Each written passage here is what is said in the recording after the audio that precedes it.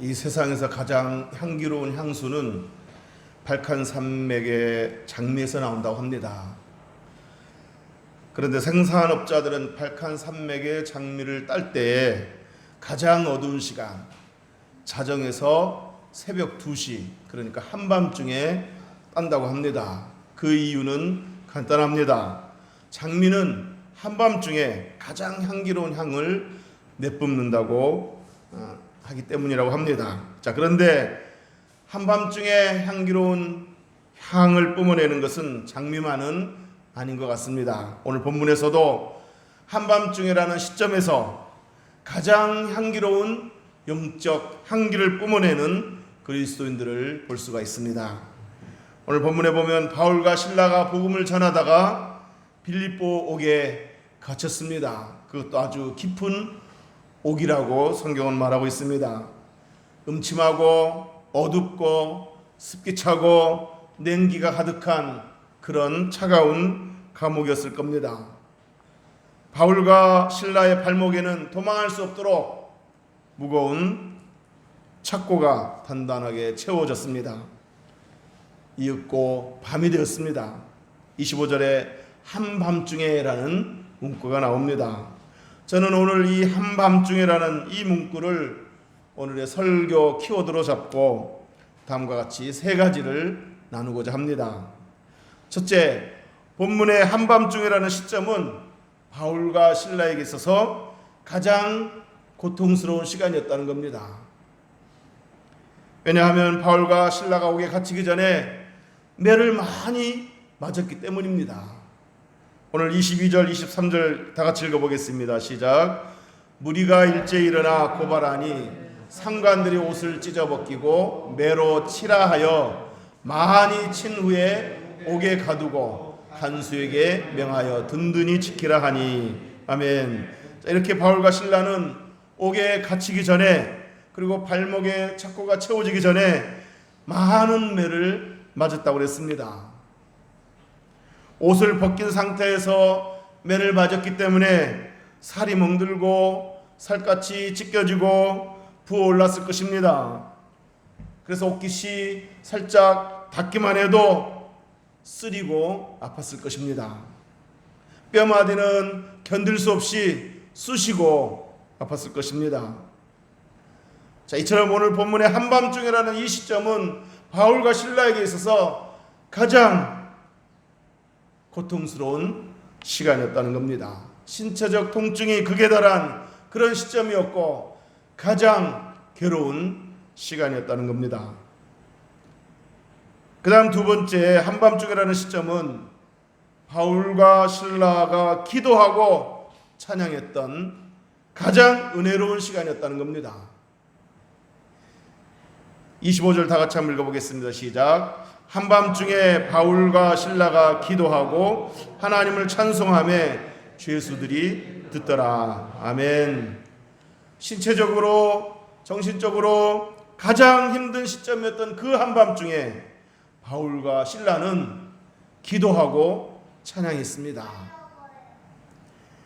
그러니까 가장 고통스러운 시점, 가장 암담한 상황, 그 한밤중에 바울과 실라는 기도하고 찬양을 한 겁니다.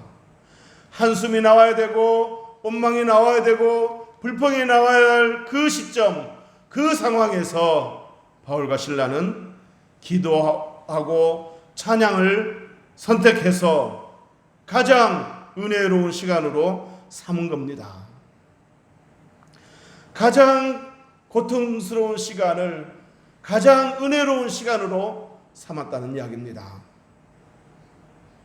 저와 여러분도 때로 원치 않게 한밤중이라는 가장 고통스러운 시간이 찾아올 때, 인생의 한밤중을 만나 가장 괴로운 시간을, 그 시점을, 그 상황을 만났을 때, 그 시간을, 그 상황을 가지고 낙심하고 절망할 것이 아니라 그 시간에 기도하고 찬양함으로써 그 시간을 가장 은혜로운 시간으로, 가장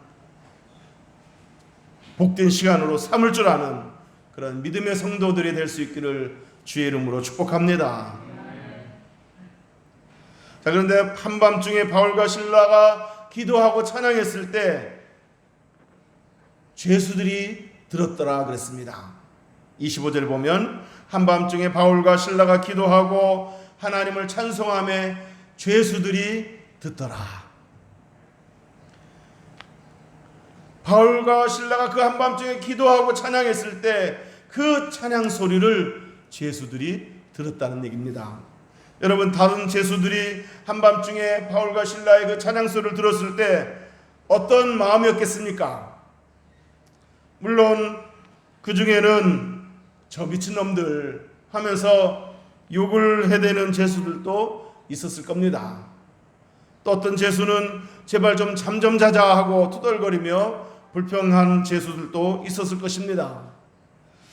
그러나 그 가운데는 이런 생각을 한 죄수들도 분명히 있었을 겁니다. 저 예수쟁이들은 도대체 어떤 사람이길래, 저들이 믿고 전하는 예수는 도대체 어떤 존재이길래, 저들이 갖고 있는 신앙은 도대체 어떤 신앙이길래 이렇게 감옥에 와서도 찬양을 하는가, 저렇게 매를 맞고서도 찬양하는가, 도대체 뭐가 있길래 저렇게 기뻐하고 찬양하는가, 이런 생각을 분명히 했을 겁니다. 이런 생각을 하면서 바울과 실라가 전하는 예수와 바울과 실라가 가진 신앙에 대해서 관심을 가진 죄수들도 있었을 겁니다. 애로움과 절망에 빠진 죄수들의 마음을 달래고 어루만져주는 그런 찬양이 되었을 겁니다. 죄수들 가운데는 눈물이 고인 그런 죄수들도 있었을 겁니다. 우리나라 원로 목사님 김준홍 목사님이 1974년 정치범으로 감옥에 갇혔을 때입니다. 당시 대통령의 긴급조치 위반으로 독방에서 15년 형을 받고 있었을 때인데, 하루는 홀로 독방에서 그 독방을 서성거리면서 찬송을 불렀다고 합니다. 4주를 가까이 하게 하려 함은, 이 찬송을 이렇게 흥얼거리며 부르고 있었는데 갑자기 옆방에서 이렇게 똑똑 두드리는 소리가 들리면서 이런 말이 들리더랍니다. 옆방에 찬송 부르는 선생님, 저는 옆방에 있는 미결수입니다. 저는 폭행으로 들어왔습니다. 이런 얘기가 들리더랍니다. 그러면서 선생님 죄송스럽습니다마는 그 부르시던 찬송을 조금 소리를 높여 불러주세요. 가사를 적어서 저도 따라 부르고 싶습니다. 이런 얘기가 들리더라는 거예요. 20대 초반 목소리였다고 합니다. 그래서 김준호 목사님이 말하기를, 이렇게 소리를 높여 부르기는 하겠습니다만 어쩐 일로 그러시는지요? 라고 물었답니다. 그때 이 목사님 물음에 청년이 답하기를, 자기 사연을 쭉 얘기해 주는데, 이 청년은 시골 목사 아들이랍니다. 시골 목사 아들인데 목사인 아버지가 너무 가족들 고생만 시키는 것 같아서 아버지의 불만이 많았다고 합니다. 또 때로는 그 교회 성도들이 이렇게 아버지한테 대항하고 아버지가 교인들한테 고박받는 것을 볼 때는 너무 미칠 것 같았고, 또 그렇게 살아가는 아버지가 원망스럽다고 합니다. 그래서 이 청년은 그 아버지에 대한 반발로 엇나가면서 동네 안 좋은 친구들과 어울리면서 막 살았다고 합니다. 그런 이 청년의 또 어머니, 그러니까 사모님이 이 청년을 붙들면서 울면서 달래기도 하고 기도도 했답니다. 그렇지만 결국 이 청년은 폭행 사건으로 들어와서 재판을 기다리고 있는데, 이 옆방에서 부르는 찬송소를 들으니까 그래도 믿음은 없었지만 많이 들었던 찬송이고 또 어머니가 많이 불렀던 찬송이라는 거예요. 그래서 그 찬송을 들으니까 눈물이 쏟아지면서 아버지에게 죄송스러운 마음도 생기고 어머니가 보고 싶기도 해서 견딜 수 없었다는 겁니다. 그래서 그 찬송을 좀 같이 따라 부르고 싶은데 이 가사를 잘 몰라서 가사를 적으려고 하는데 잘 들릴까 말까 해서 좀 큰 소리로 불러달라고 요청을 한 겁니다. 그래서 김진홍 목사님 그 얘기를 듣고 가슴이 찡해서 찬송 가사 한 구절 한 구절을 좀 큰 소리로 이렇게 일러주어서 나중에 함께 불렀다는 거예요. 얼굴도 모르는 사이 또 벽을 가운데 두고 서로 울면서 찬송을 불렀다고 합니다. 자, 그 일이 있은 지 2달이 지난 후에 남모르는 한 부인이 면회를 왔답니다. 그래서 김준호 목사님 의아스러워서 처음 뵙는 분인 것 같은데 저를 찾아오신 거 맞습니까? 라고 물었을 때 예, 선생님은 저를 모르시겠죠? 저는 2달 전에 옆방에 있던 청년의 어머니입니다. 그래서 김준호 목사님이 사모님이시군요 하면서 이제 대화를 나누는데 아들이 얼마 전에 집행유예를 받고 출소를 했는데 아들이 출소한 후로 새 사람으로 변했다는 겁니다. 그러면서 눈물을 글썽거리면서 고맙다고 이렇게 영치금까지 넣어주고 갔다고 김준욱 목사님이 간증하는 것을 제가 들었습니다.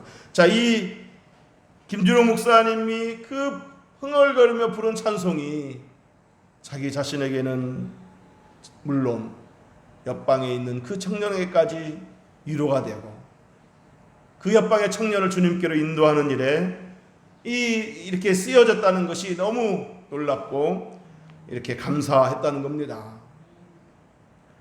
오늘 본문의 바울과 신라는 가장 고통스러운 그 시점, 가장 괴로운 그 상황에서 그 한밤중에 찬송을 불렀고 그 찬송 소리는 제수들이 들었다 그랬습니다. 여러분, 사도행전의 저자 누가가 제수들이 듣더라 이 말을 기록할 때는 뭘 암시하는 거겠습니까? 바울과 신라가 한밤중에 불렀던 그 찬송 소리가 제수들에게 뭔가 의미 있게 들려졌음을 암시하고 있는 겁니다.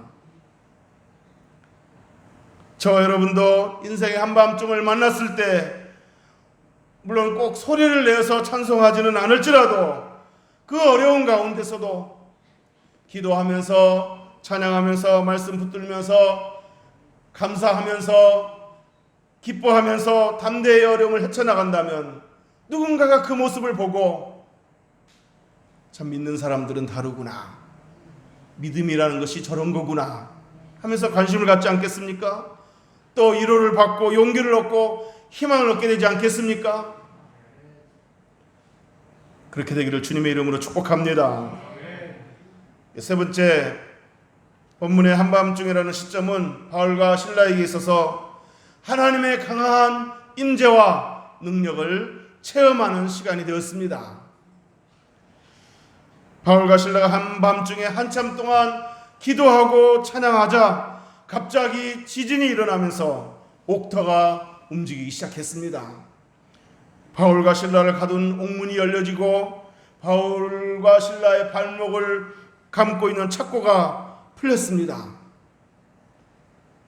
가장 고통스러운 시점, 그 한밤중에 바울과 신라는 기도와 찬송을 올렸고 가장 어둠이 깊은 그 시점, 그 한밤중에 하나님의 응답으로 하나님의 임재와 그 능력을 나타내신 겁니다. 이 기적의 현장에서 가장 놀란 사람은 바로 옥을 지키는 간수였습니다. 그 간수는 지진이 일어나고 옥터가 움직이고 옥문이 열려지는 사실을 보면서 놀라워하면서 동시에 이제 옥문이 열렸으니 제수들이 다 도망쳤겠지. 그러면 이제 날이 새면 제수들을 잘 지키지 못한 그 책임으로 내가 징계를 받아 극형에 처해지겠지.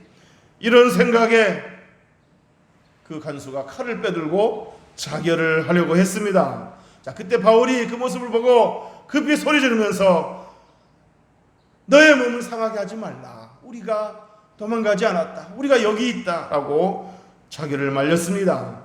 그러자 간수가 깜짝 놀라 등불을 찾아서 그 등불을 들고 바울과 실라 있는 곳으로 다가가 그리고 그 앞에 엎드려 이렇게 말했습니다. 선생들이여, 내가 어떻게 하면 구원을 받을 수 있나이까? 자, 그러자 그때 그 바울의 입에서 그 유명한 전도 문구가 나옵니다. 따라서 합시다. 주 예수를 믿으라. 그리하면 너와 내 집이 구원을 받으리라. 아멘. 여러분, 그 한밤중에 불렀던 바울과 실라의 찬송 소리는 제수들에게만 들린 것이 아니라 이 간수에게도 들렸던 겁니다. 그렇지 않아도 이 간수가 찬송 소리를 들었을 때 가슴이 뭉클했을 터인데 그 찬송 소리에 지진이 일어나고 옥토가 움직이고 옥문이 열리고 착고가 채워지는 모습을 보게 되자 간수는 거기서 하나님이란 존재를 느끼게 된 겁니다. 기도와 찬송의 능력을 보게 된 겁니다. 거기에다가 옥문이 열리고 착고가 풀렸는데도 도망치지 않고 자신의 자결을 말리는 그 바울과 실라의 의연한 모습, 담대한 모습에 감동을 받았던 겁니다. 그래서 이 간수는 선생들이여, 내가 어떻게 하면 구원을 얻을 수 있습니까? 라고 물었던 겁니다. 간수는 과연 이들이 전하는 예수라는 존재는 누구일까? 과연 이들이 한밤중에 찬양을 하는 그 힘은 어디서 나온 걸까? 이런 생각을 하면서 강한 인상을 받은 겁니다. 그래서 그 앞에 엎드려서 선생들이여, 나도 그렇게 되기를 원합니다. 그렇게 되려면 어떻게 하면 좋겠습니까? 라고 물었던 겁니다. 자, 이렇게 구원에 대한 관심을 갖고 바울과 실라에게 영적 도움을 요청하자 바울과 실라는 주 예수를 믿으라. 주 예수를 믿으라. 우리가 이 한밤중에 그 가장 괴로운 시점에 찬송할 수 있었던 것은 우리가 아니라 우리 안에 계신 예수님이다. 너도 그 예수님을 믿으라. 라고 권면을 한 겁니다. 자, 그래서 이 간수는 그 한밤중에 바울과 실라를 자기 집에 데리고 가서 상처를 씻겨주고 먹을 것을 주어서 극진하게 대접을 했습니다. 뿐만 아니라 그 한밤중에 복음을 듣고 예수 믿기로 작정하고 자신뿐만 아니라 온 가족들까지 세례를 받았습니다. 사랑하는 성도 여러분, 가장 고통스러운 그 한밤중에 바울과 실라는 기도하고 찬양을 했고, 가장 어둠이 깊은 그 한밤중에 기도와 찬양의 응답으로 기적이 일어난 겁니다. 자, 그런데 제가 말하는 이 기적이란 단순히 지진이 일어나고 옥문이 열리고 착고가 풀린 그런 물리적인 기적만을 말하는 게 아닙니다. 여기서 말하는 기적은 바울과 실라가 한밤중에 기도하고 찬양하자 옥문이 열렸다고 그랬는데, 사실은 바울과 실라가 한밤중에 기도하고 찬양하자 옥문이 열리기 전에 뭐가 먼저 열렸을까요? 바울과 신라의 마음문이 열린 겁니다. 그리고 하늘문이 열린 겁니다. 하늘문이 열려서 거기서 하나님의 강한 임재를 느끼면서 하나님과 교통하면서 거기서 하나님의 위로를 받고 거기서 큰 기쁨을 얻은 겁니다. 하늘문이 열리게 되자 그 한밤중 그 순간에는 더 이상 바울과 실라는 옥에 갇힌 게 아닙니다. 하늘문이 열리게 되자 바울과 실라는 하나님의 임재 안에 갇히게 된 겁니다. 비록 바울과 실라가 물리적으로는 감옥이라는 공간에 갇히게 되었고 착고라는 족쇄에 묶여 있었지만, 그 한밤중에 기도하고 찬양했을 때 하늘문이 열리게 되었을 때는 하나님의 임재 안에 갇히게 되었고 하나님 주시는 평안과 기쁨에 사로잡히게 되었던 것입니다. 믿습니까? 기적은 여기서 그치지 않았습니다. 바울과 실라가 기도하고 찬양했을 때 하늘 문이 열렸을 뿐만 아니라 죄수들의 마음, 간수의 마음까지 열리게 되었습니다. 그래야 그 한밤중에 간수와 그 간수의 가족들을 구원하는 구원의 문이 열리게 된 겁니다. 이것이 그 한밤중에 일어난 진정한 기적이었습니다. 찬양하고 기도할 때 가장 괴로운 시점에, 가장 어둠이 깊은 그 시점에, 그 한밤중에 기도하고 찬양하자 하늘문이 열리고 바울과 실라의 마음문이 열리고 죄수들과 간수들의 마음문이 열리고 구원의 문까지 열리게 되었습니다. 가장 그 고통스러운 한밤중이 가장 은혜롭고 가장 향기로운, 가장 아름다운 그 밤이 되었습니다. 믿습니까? 사랑하는 성도 여러분, 우리도 인생의 한밤중을 만날 때가 있습니다.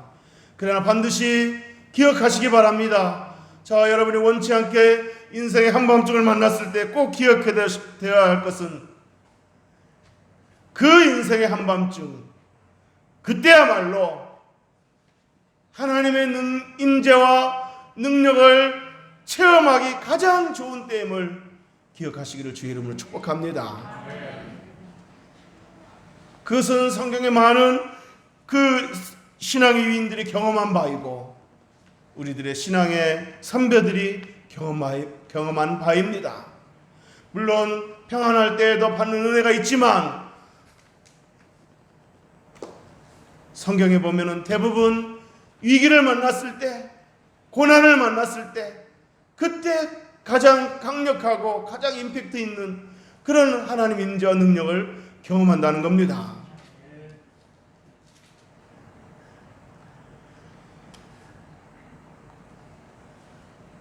때로 원치 않게 인생의 한밤중을 만나게 되면 그 한밤중은 우리로 하여금 기도하게 합니다. 찬양하게 합니다. 그리고 그 기도와 찬양을 들으시고 하나님의 임재와 능력을 나타내게 하십니다. 체험하게 하십니다.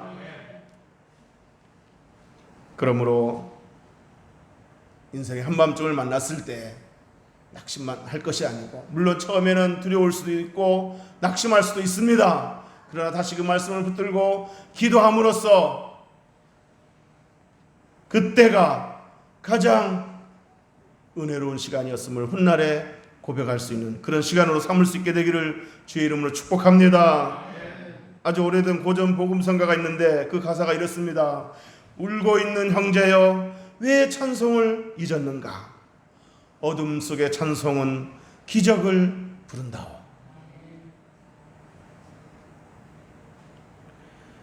기도와 찬송은 기적을 일으키는 놀라운 힘이 있습니다. 물리적인 기적이 일어나기 전에 먼저 우리들 심령에 하늘문이 열리게 되고 하나님과 평안을 누리게 되는 그런 기적이 일어납니다.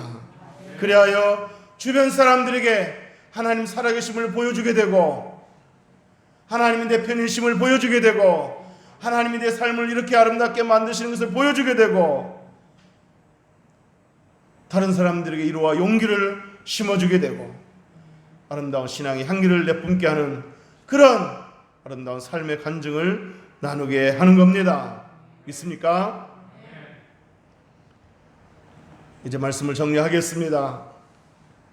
때로 인생의 한밤중을 만났을 때 우리가 잠시 두려워할 수는 있지만 누구나 두려워합니다. 저도 마찬가지입니다. 누구나 갑작스러운 어려움을 만나게 되면 두려워하게 되고 낙심하게 됩니다. 그러나 여러분 그렇게 두려워하지만 마시고 낙심하지만 마시고 사방이 감옥처럼 막혀 있어도 위에는 뚫려 있음을 기억하시기 바랍니다.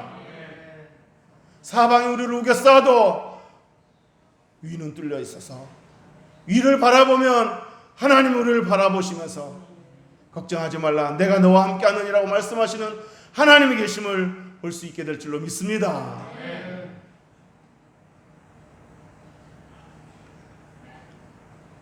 우리의 기도를 들으시고 찬송을 받으시는 하나님이 계심을 기억하고 기도하고 찬송할 수 있기를 바랍니다.